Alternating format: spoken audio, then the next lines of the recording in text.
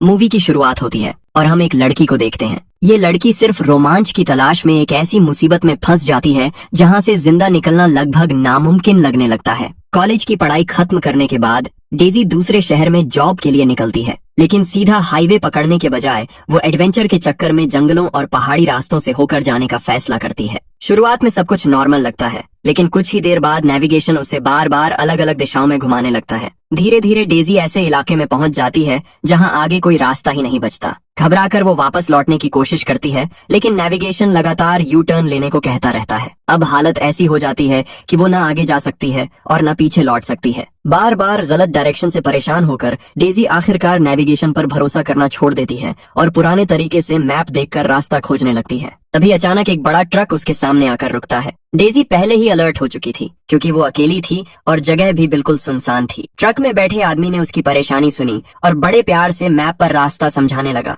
पहली नजर में वो हेल्पफुल इंसान लग रहा था, लेकिन तभी डेजी नोटिस करती है कि वो चुपके से गाड़ी का दरवाजा बंद कर देता है। उसकी ये हरकत देखकर डेजी के मन में डाउट पैदा हो जाता है। कुछ ही देर बाद वो आदमी डेजी को जबरदस्ती अपने घर चलने के लिए इनवाइट करने लगता है। उसकी जरूरत से ज्यादा दोस्ती और अजीब बिहेवियर देखकर डेजी अंदर से डर जाती है। जैसे ही वो साफ मना करती है, उस आदमी का असली चेहरा सामने आ जाता है। अचानक सिचुएशन बेकाबू हो जाती है और दो आदमी डेजी का पीछा करना शुरू कर देते हैं। डेजी अपनी जान बचाने के लिए पूरी ताकत लगाकर वहां से भागती है। उसे समझ ही नहीं आता कि कुछ मिनट पहले तक सब कुछ एकदम नॉर्मल था और अब अचानक उसकी जान पर बन आई है। भागते भागते उसकी टांग बुरी तरह घायल हो जाती है। दर्द इतना ज्यादा होता है कि उसका चलना मुश्किल हो जाता है, लेकिन पीछे से आते कदमों की आवाज उसे रुकने नहीं देती। जब वो दोनों आदमी उसके बेहद करीब पहुंच जाते हैं, तब डेजी अचानक एक भारी पत्थर उठाकर उनकी तरफ फेंक देती है। पत्थर लगते ही उनका ध्यान कुछ सेकंड के लिए भटक जाता है और उसी मौके का फायदा उठाकर डेजी घने जंगल की ओर भाग निकलती है।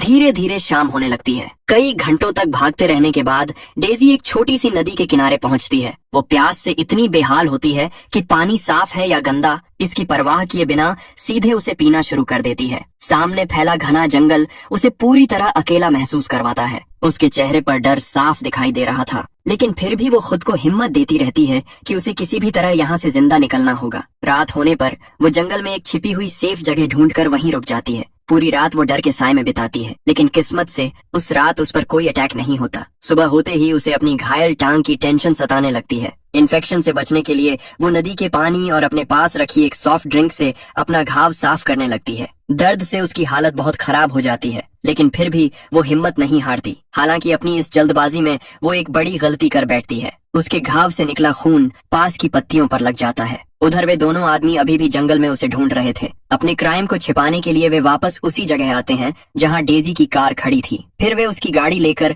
एक फेक एक्सीडेंट का सीन बनाने की तैयारी करते हैं, ताकि पुलिस को लगे कि लड़की की मौत एक हादसे में हुई है। दूसरी तरफ डेजी की हालत लगातार बिगड़ती जा रही थी। उसकी टांग बुरी तरह सूज चुकी थी और हर कदम पर उसे रुककर आराम करना पड़ता था। अब उसे अपने उस फैसले पर बहुत पछतावा होने लगता है। अगर वो सीधा रास्ता चुनती तो शायद अब तक अपने इंटरव्यू में पहुंच चुकी होती, लेकिन अब उसे यह भी नहीं पता था कि वो इस जंगल से कभी जिंदा बाहर निकल पाएगी या नहीं। थकी हुई डेजी फूट फूट कर रोने लगती है, लेकिन तभी अचानक ऊपर से बहुत तेज आवाज आती है। जब वो ध्यान से देखती है तो उसे समझ आता है कि उसकी कार को पहाड़ी से नीचे गिराकर एक एक्सीडेंट जैसा दिखाया जा रहा है। तभी उसे उन आदमियों की आवाज भी सुनाई देती है। वे आपस में कह रहे होते हैं कि पुलिस के आने से पहले हमें उस लड़की की डेड बॉडी ढूंढनी होगी। उन्हें पूरा यकीन था कि घायल लड़की इतनी दूर भाग ही नहीं सकती। शायद ज्यादा खून बहने की वजह से वो कहीं मर चुकी होगी। लेकिन तभी उन्हें पेड़ों की पत्तियों पर खून के ताजे निशान दिखाई देते हैं। अब उन्हें एहसास हो जाता है कि डेजी अभी भी जिंदा है। इसके बाद वे पूरे जंगल में उसकी तलाश शुरू कर देते हैं। इसी बीच डेजी को पत्थरों के बीच एक टूटा हुआ मोबाइल फोन मिलता है, जो शायद उसकी कार से नीचे गिरा था। उसकी स्क्रीन पूरी तरह टूट चुकी थी, लेकिन फोन अभी भी चालू था। ये देखकर डेजी की आंखों में एक नई उम्मीद लौट आती है।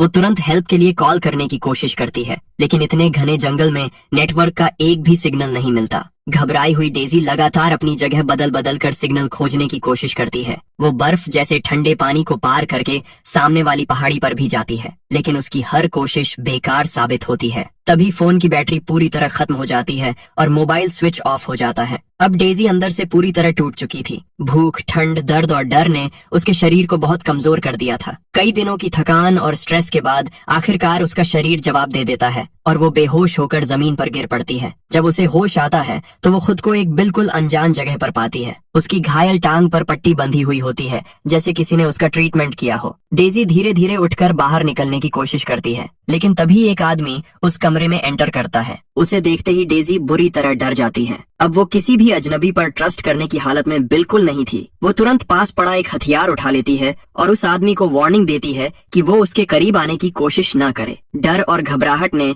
उसके दिमाग पर पूरी तरह कब्जा कर लिया था। सामने वाला इंसान चाहे जितनी भी सफाई देता रहे, डेजी अब किसी की कोई बात मानने को तैयार नहीं थी। डेजी ने घबराहट में अपने पास रखा एक बॉक्स उठाया और उसमें भरा सफेद पाउडर सीधे उस आदमी के सिर पर फेंक दिया। अगले ही पल वो आदमी दर्द से चीख उठा। असल में वो कोई नॉर्मल पाउडर नहीं, बल्कि एक बेहद खतरनाक केमिकल था। आदमी तुरंत भागकर फ्रिज से दूध निकालता है और अपने सिर पर उड़ेलने लगता है, क्योंकि वही उस केमिकल की जलन को कम कर सकता था। डेजी समझ ही नहीं पाती कि उसने डर के मारे ये क्या कर दिया। उधर कई दिनों से अपनी बेटी का कोई कांटेक्ट न होने पर डेजी का परिवार बुरी तरह परेशान हो चुका था। फोन की लास्ट लोकेशन देखकर उन्होंने पुलिस में कंप्लेंट दर्ज करवा दी थी। अब लोकल पुलिस ऑफिसर इस केस की इन्वेस्टिगेशन शुरू करने की तैयारी कर रहे थे। जब डेजी दोबारा होश में आती है तो वो देखती है कि उसके हाथ कसकर बंधे हुए हैं। हालांकि सामने मौजूद उस आदमी का बिहेवियर अब पहले जैसा डरावना नहीं लग रहा था। वो उसे खाना और पानी देता है और आराम से खाने के लिए कहता है, लेकिन जैसे ही डेजी पुलिस को फोन करने की बात करती है,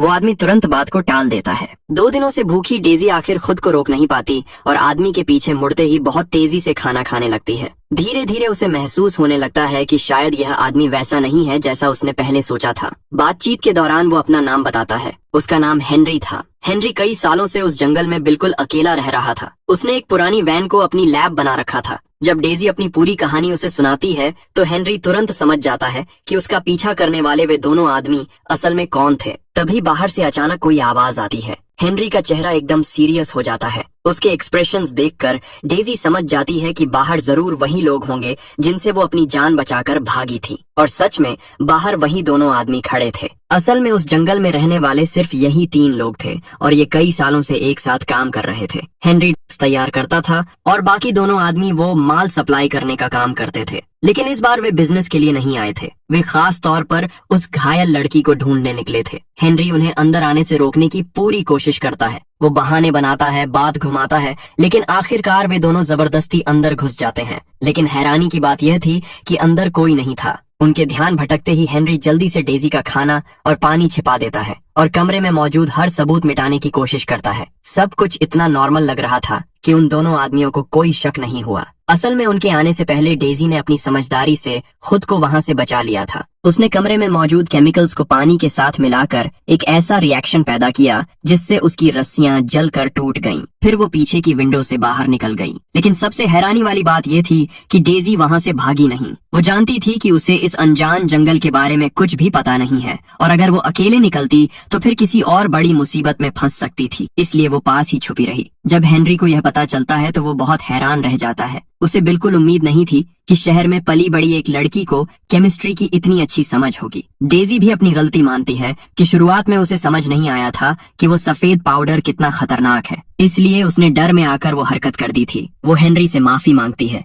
धीरे धीरे दोनों के बीच बातचीत बढ़ने लगती है। डेजी उससे पूछती है कि अगर हेनरी उसकी मदद करना चाहता है तो वो उसे यहाँ से जाने क्यों नहीं देता। तब हेनरी उसे सच बताता है। उसके पास कोई गाड़ी नहीं थी और सबसे नजदीकी सड़क या छोटा शहर भी वहां से करीब 20 माइल दूर था। डेजी की हालत ऐसी बिल्कुल नहीं थी कि वो इतनी दूर पैदल जा सके। ऊपर से जंगल इतना घना था कि वो अपना रास्ता भटक सकती थी। हालांकि हेनरी उससे प्रॉमिस करता है कि कुछ दिनों बाद उसका आखिरी माल तैयार हो जाएगा और तब वो खुद उसे वहां से सुरक्षित बाहर ले जाएगा। यह सुनकर डेजी को पहली बार थोड़ा सुकून मिलता है। दिन गुजरने लगते हैं और दोनों के बीच ट्रस्ट बढ़ता जाता है। अब डेजी का भरोसा उस पर पूरी तरह बनने लगा था, लेकिन अभी भी उसे यह नहीं पता था कि असली गेम क्या चल रहा है। फिर एक दिन अचानक एक पुलिस ऑफिसर वहां पहुंचती है और सारी सच्चाई सामने आने लगती है। असल में हेनरी और वे दोनों आदमी उसी लेडी ऑफिसर के लिए काम करते थे। वही इस पूरे नेटवर्क की असली बॉस थी। उसी की प्रोटेक्शन में वे दोनों आदमी सालों से जंगल में लड़कियों का शिकार करते आ रहे थे। न जाने कितनी मासूम लड़कियां उनकी वजह से गायब हो चुकी थीं। जब डेजी पहली बार जंगल में पहुंची थी तब मैट और उसका साथी एक डेड बॉडी छिपा रहे थे। उन्हें लगा कि डेजी ने सब कुछ अपनी आंखों से देख लिया है, इसलिए वे उसे ढूंढकर मार देना चाहते थे ताकि कोई गवाह न बचे। इस बार भी वो लेडी ऑफिसर उसी वजह से वहां आई थी, लेकिन हेनरी किसी भी कीमत पर उसे घर के पास नहीं आने देना चाहता था। वो डेजी को बचाने बचाने की पूरी कोशिश कर रहा था। मजबूर होकर ऑफिसर को वापस जाना पड़ता है। कुछ देर बाद मैट माल लेने आता है। जाते जाते वो बड़ी शान से पुलिस ऑफिसर के द्वारा दिया गया जैकेट दिखाता है। तभी अचानक उसकी नजर सीढ़ियों पर पड़े पैरों के निशानों पर जाती है। वहाँ 2 अलग अलग साइज के जूतों के निशान साफ दिखाई दे रहे थे। मैट तुरंत समझ जाता है कि यहाँ कोई और भी मौजूद है, लेकिन वो जाहिर नहीं होने देता। वो ऐसा बिहेवियर करता है जैसे उसने कुछ देखा ही ना हो। दूसरी तरफ हेनरी को अंदाजा तक नहीं होता कि मैट सब कुछ समझ चुका है। उस रात हेनरी और डेजी जंगल से भागने की प्लानिंग कर रहे होते हैं। तभी अचानक मैट कमरे में घुस आता है। सिचुएशन बेहद खतरनाक हो जाती है। तभी हेनरी अचानक चालाकी से गेम पलटने की कोशिश करता है। वो कहता है कि लड़की को अभी मारना सही नहीं होगा। पिछले कुछ दिनों में उसने उसे पूरी तरह अपने कंट्रोल में कर लिया है और अब वो हमारे काम में मदद भी कर सकती है। अपनी बात साबित करने के लिए वो डेजी को सबके लिए कॉफी बनाने का ऑर्डर देता है। डेजी तुरंत उसकी आंखों का इशारा समझ जाती है। वो चुपचाप कप्स में कॉफी डालते हुए उनमें एक खास केमिकल मिलाने लगती है और ऐसे दिखाती है जैसे सब कुछ बिल्कुल नॉर्मल हो। डेजी ने कॉफी के कप माइक्रोवेव में रख दिए। पूरा काम उसने इतनी चालाकी से किया कि मैट और उसके साथी को जरा भी शक नहीं हुआ। लेकिन जैसे ही उन्हें कुछ गड़बड़ महसूस हुई, तब तक बहुत देर हो चुकी थी। अचानक एक जोरदार धमाका होता है और माहौल पूरी तरह बिखर जाता है। किसी तरह वे दोनों बाहर निकल आते हैं, लेकिन हेनरी की पीठ बुरी तरह घायल हो चुकी थी। उसे भी ज्यादा डरावनी बात यह थी कि बुरी तरह झुलसने और घायल होने के बावजूद मैट अभी भी जिंदा था और बाहर निकल आया था। हेनरी समझ चुका था कि ताकत के मामले में वो मैट का मुकाबला नहीं कर सकता, लेकिन वो किसी भी हालत में डेजी को बचाना चाहता था। अपनी बची हुई आखिरी ताकत लगाकर वो मैट के हाथ से बंदूक छीन लेता है। ऐसा लगता है जैसे अब शायद सब खत्म हो जाएगा, लेकिन तभी अचानक पीछे से 2 गोलियों की आवाज गूंजती है। ये आवाज उसी लेडी पुलिस ऑफिसर की गन से आई थी। गोलियों की आवाज सुनते ही डेजी समझ जाती है कि कुछ बहुत बुरा हो चुका है। उसका दिल टूट जाता है, लेकिन अब वहाँ रुकने का मतलब सीधे मौत था। वो अपने दर्द और डर को अपनी ताकत बनाकर वहाँ से भागना शुरू कर देती है। उधर लेडी ऑफिसर को अब पूरे हालात का अंदाजा हो चुका था, लेकिन उसके चेहरे पर डर या घबराहट का कोई निशान नहीं था। उसकी सबसे बड़ी टेंशन सिर्फ आखिरी ड्रग्स का माल था जो सुरक्षित उसकी गाड़ी में रखा हुआ था। अब उसके रास्ते में बस एक ही रुकावट बची थी, डेजी। इसलिए उसने फैसला कर लिया कि डेजी को हर हाल में खत्म करना होगा। कई घंटों तक भागते रहने और जान की बाजी लगाने के बाद आखिरकार डेजी किसी तरह मेन रोड तक पहुंच जाती है, लेकिन उसकी किस्मत इतनी खराब थी कि वहां उसे वही लेडी ऑफिसर मिलती है। हालांकि डेजी ने उसे पहले कभी देखा नहीं था, लेकिन उसे उसकी आवाज अच्छे से याद थी। जब वो पहले हेनरी के घर में छुपी हुई थी, तब उसने उसी ऑफिसर को हेनरी से बात करते सुना था। इसलिए जैसे ही ऑफिसर ने पहली बार उससे बात की, डेजी तुरंत समझ गई कि अब वो बहुत बड़े खतरे में है। वो लेडी ऑफिसर बंदूक के दम पर उसे अपने साथ ले जाती है। दोनों एक नदी के किनारे पहुंचते हैं। अब वो ऑफिसर अपनी आखिरी प्लानिंग पूरी करने वाली थी। डेजी कितनी भी रिक्वेस्ट करे, वो औरत बिल्कुल पत्थर दिल बनी रहती है। डेजी समझ चुकी थी कि ऑफिसर उसे मारकर उसकी मौत को पानी में डूबने का एक्सीडेंट दिखाना चाहती है। जब डेजी पानी में उतरती है, शायद वहीं से भाग निकलने की उसकी आखिरी उम्मीद थी, लेकिन ऑफिसर पहले से तैयार थी। वो तुरंत डेजी को पकड़कर बेरहमी से पानी में धक्का दे देती है। कमजोर और घायल डेजी उसकी ताकत के सामने टिक नहीं पाती। वो बार बार खुद को छुड़ाने की कोशिश करती है, लेकिन हर कोशिश बेकार साबित होती है। धीरे धीरे उसकी सांसें टूटने लगती हैं। लेकिन तभी मौत और जिंदगी के बीच के उस आखिरी पल में डेजी को याद आता है कि उसने लैब से एक छोटा सा हथियार अपने बचाव के लिए छिपा कर रखा था। वो तुरंत उसे निकालती है और पूरी ताकत से उस ऑफिसर पर अटैक कर देती है। यहीं आकर इस खौफनाक कहानी का अंत होने लगता है। वो करप्ट पुलिस ऑफिसर, जिसने अपनी पावर का इस्तेमाल करके सालों तक क्रिमिनल्स का साथ दिया, मासूम लोगों की जान ली और उस जंगल को नर्क बना दिया था, आखिरकार अपने अंजाम तक पहुंच जाती है। डेजी आखिरकार उस डरावने जंगल से जिंदा बाहर निकल आती है, लेकिन उसके चेहरे पर कोई खुशी नहीं होती। उसकी आंखों में सिर्फ खालीपन और सदमा दिखाई देता है। जो कुछ उसने देखा और सहा था, उसने उसकी सोच हमेशा के लिए बदल दी थी। दोस्तों, अगर आपको डेजी की यह सर्वाइवल स्टोरी और मूवी की एक्सप्लेनेशन पसंद आई हो, तो इस वीडियो को लाइक जरूर करें, अपने दोस्तों के साथ इसे शेयर करें और चैनल को सब्सक्राइब करके बेल आइकॉन भी दबा दें, ताकि आने वाली कोई भी नई कहानी आपसे मिस ना हो।